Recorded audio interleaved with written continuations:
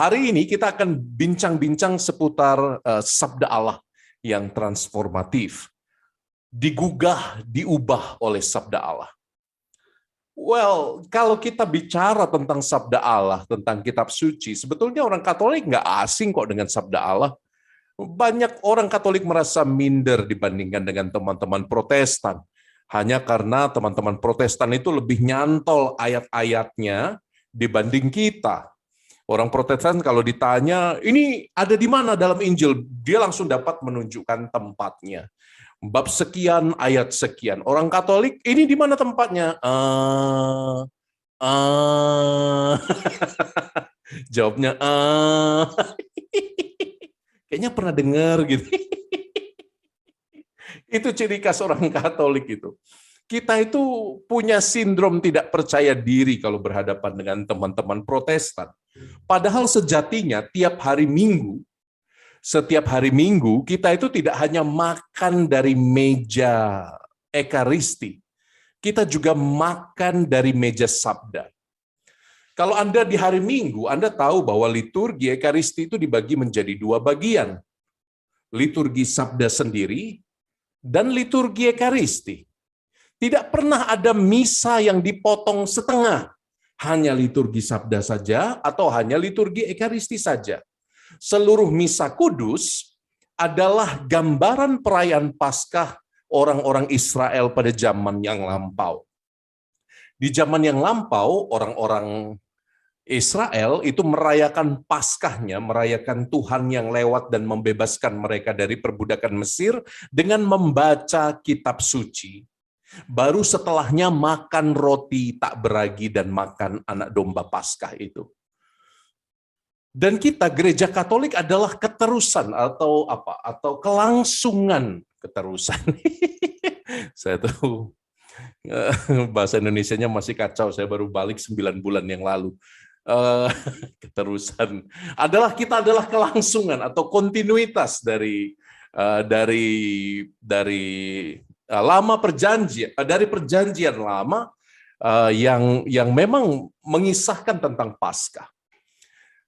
Itu sebabnya sebetulnya kita harus pede loh orang-orang Katolik, kita harus berani mengklaim, saya kenal firman Tuhan, saya tahu firman Tuhan. Cuman saya nggak hafal di mana. Itu aja bedanya kan. Tahu nggak? Tahu. Hafal nggak?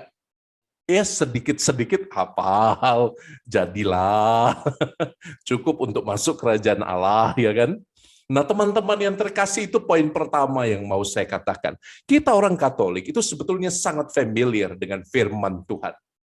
Apalagi kalau Anda ikut misa harian. Dalam misa harian kita akan diperkaya dengan khasanah bacaan yang kurang lebih runut. Kalau Anda 3 tahun berturut-turut mengikuti misa harian dan misa minggu, Anda khatam kitab suci.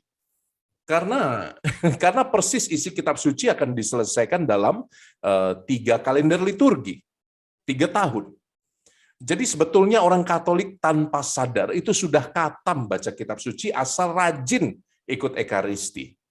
Nah, ya kan masalahnya itu tadi. Anda cukup rajin Ekaristi atau tidak? Itu kan ada OMK datang pada saya, Romo, saya ini apa ya?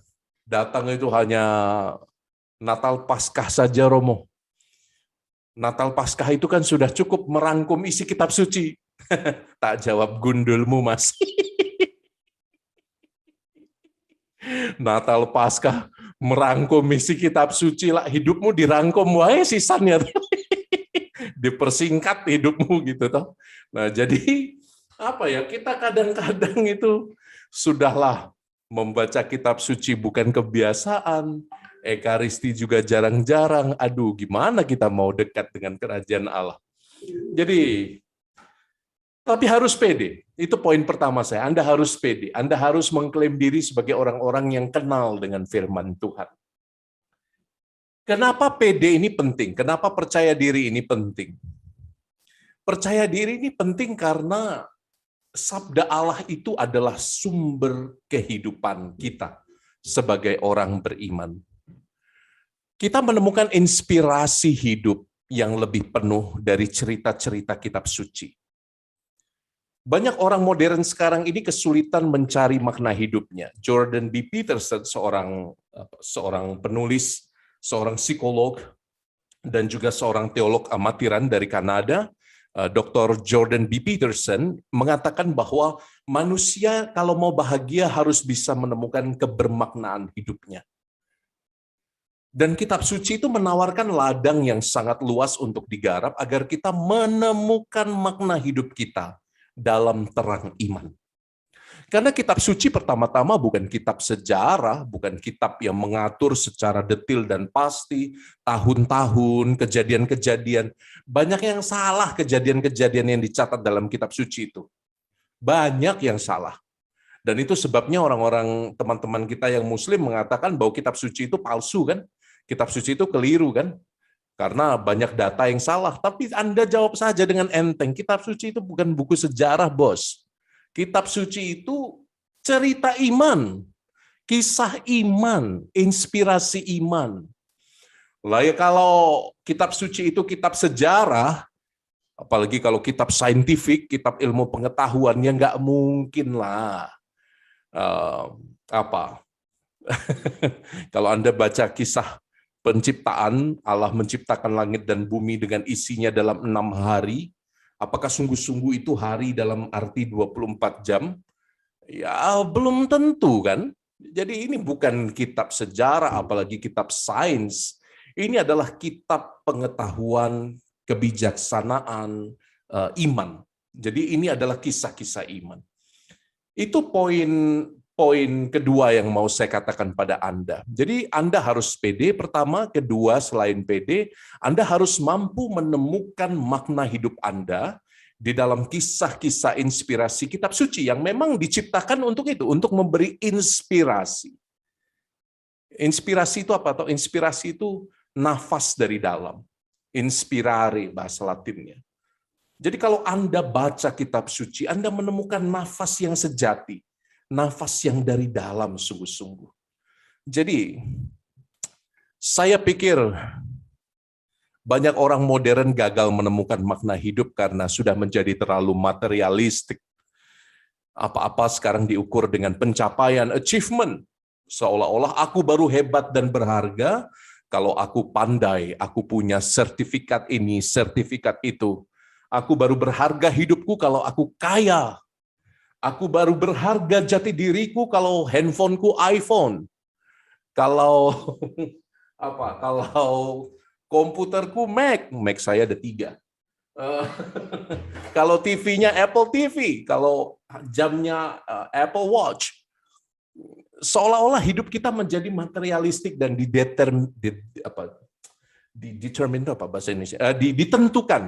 ditentukan oleh benda-benda yang material juga. Padahal itu semua cepat berlalu. Kalau nanti Anda masuk lubang 2 kali 1 meter itu, kalau saya mungkin lebih kecil lagi karena saya memilih untuk kremasi. Kalau nanti kita masuk ke lubang itu, ya apakah HP Anda akan dibawa? Apakah Mac Anda akan dibawa? Apakah deposito dan bunga tabungan Anda akan dibawa masuk ke liang kubur? Kan enggak. Maka yang paling menentukan kebahagiaan hidup Anda adalah pertanyaan apakah Anda dapat memaknai hidup Anda dalam terang iman. Itu $1 million question. Itu pertanyaan yang sangat-sangat berharga untuk direnungkan. Apakah engkau sudah cukup bahagia dalam hidupmu? Apakah engkau bisa berbahagia? Banyak orang yang menderita, banyak orang biasa-biasa saja, tapi hidupnya benar-benar matang karena dia menemukan inspirasi dalam kitab suci. You tahu Paulus ya? Paulus itu orang hebat sekali. Paulus sebelum bertobat namanya siapa? Betul, Bu Carolina. Saya bisa membaca gerak bibir Anda. Saulus. Betul, namanya Saulus sebelum bertobat. You tahu apa yang dia lakukan kan? Dia bukan hanya mengejar, tapi juga membunuh murid-murid Tuhan yang lain. Memenjarakan mereka, menyesah mereka, supaya mereka berpaling dari Kristus dan dari ajarannya. Tapi ketika dia ditegur oleh Tuhan, Saulus, Saulus, mengapa engkau menganiaya aku? Sejak saat itu hidupnya berubah. Sejak saat itu dia mengalami Yesus yang bangkit. Sejak saat itu dia mengatakan, "Ya Tuhan, aku mengikuti sabda-Mu."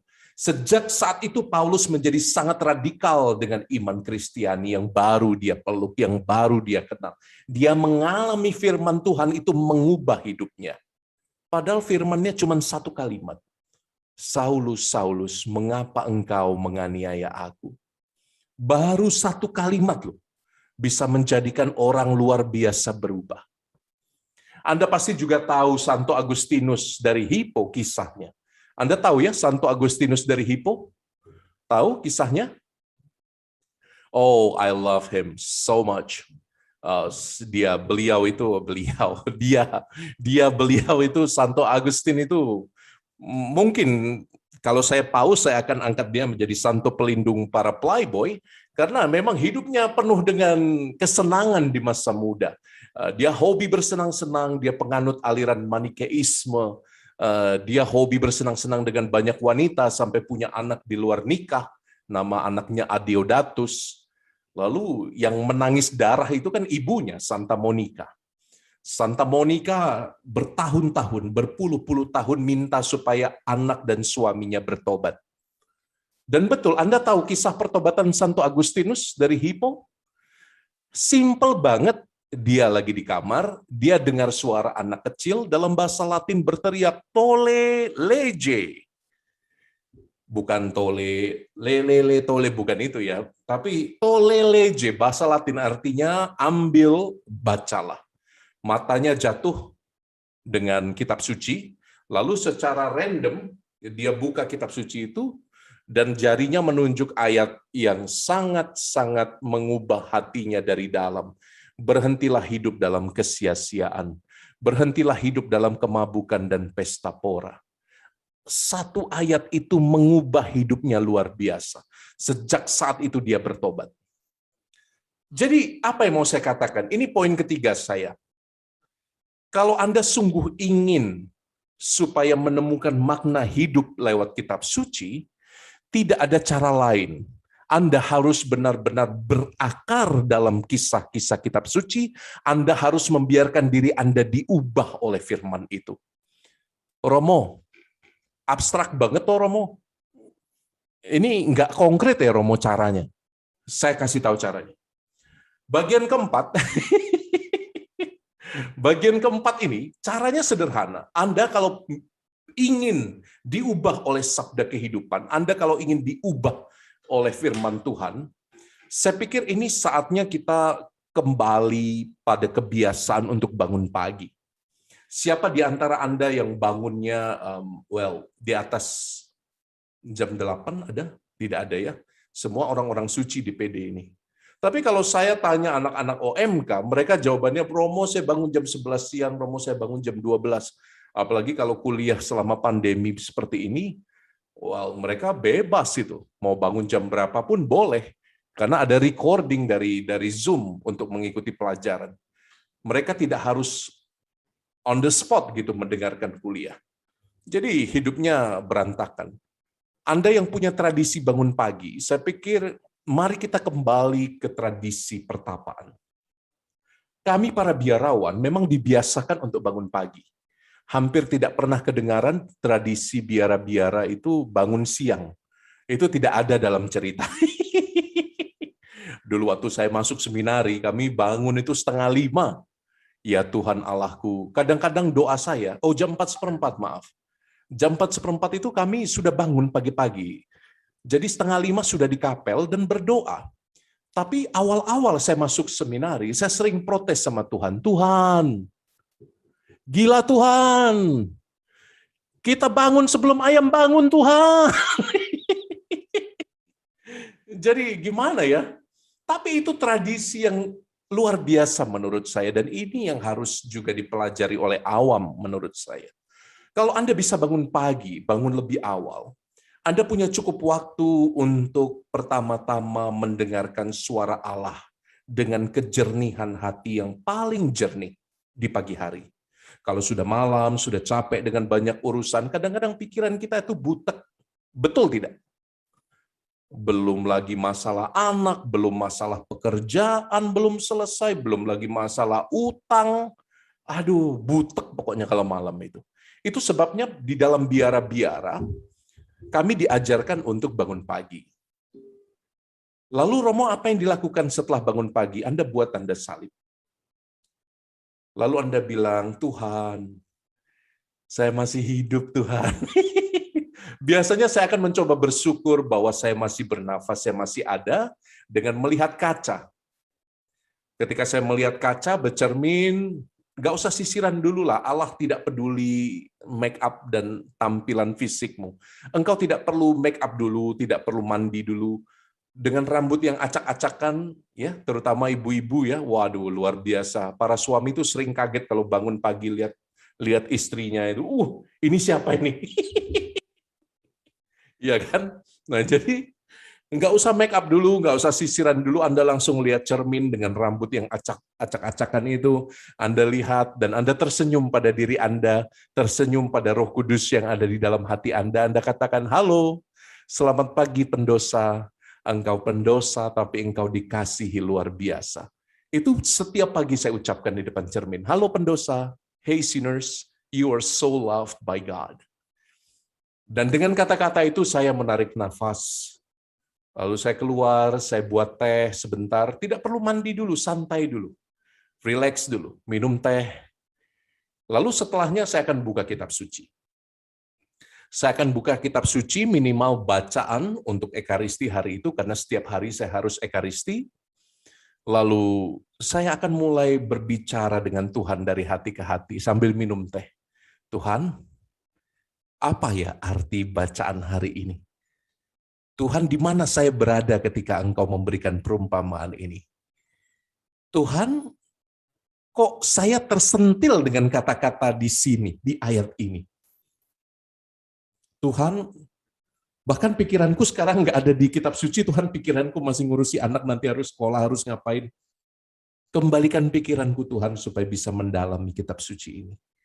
Jadi Anda berdialog dengan Tuhan setiap pagi. Tidak perlu waktu lama. 15 menit saja, nggak usahlah kelamaan deh. 10 menit saja. 10 menit asal tiap hari Anda praktekkan minum teh bersama Tuhan ini. Kalau minum kopi, saya nggak terlalu suka ya, karena terlalu pagi ya. Saya inginnya kafeinnya itu lembut, gitu ya, tidak langsung jegrak gitu ya. Kalau kopi itu kan langsung kayak diantem gitu ya pahitnya. Tapi kalau kita minum teh pelan-pelan, berbicara dengan Tuhan dari hati ke hati sambil membuka kitab suci, 10 menit saja, tidak usah lama, berbincang-bincang dengan Tuhan, lalu inspirasi hari itu Anda tuliskan. Jadi tidak cukup hanya dibiarkan saja inspirasi itu, harus latihan menulis. Tradisi biara-biara kuno, ini patut dikenal oleh awam. Di biara kami punya kebiasaan untuk menulis refleksi setiap hari. Buku refleksi saya di kamar, karena saya biasa berdoa di kamar. Saya punya buku tebal yang tiap hari saya catat dialog saya dengan Tuhan. Jadi refleksi Anda itu bukan lagi refleksi anak SMA yang alay itu ya, Dear Diary, wah muntah saya bacanya. Tapi refleksi Anda itu mestinya berangkat dari pengalaman mengunyah sabda Tuhan sambil minum teh pagi itu. Refleksi Anda akan berangkat dari sana. Tuhan, hari ini saya belajar bahwa ternyata Engkau bisa marah ya Tuhan ya.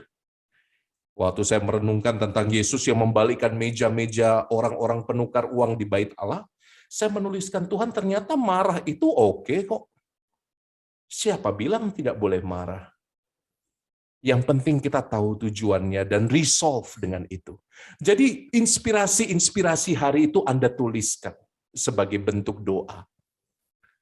Tidak akan banyak makan waktu lama, 20 menit paling lama. Tapi pelan-pelan Anda akan tanpa sadar diubah luar biasa dari dalam.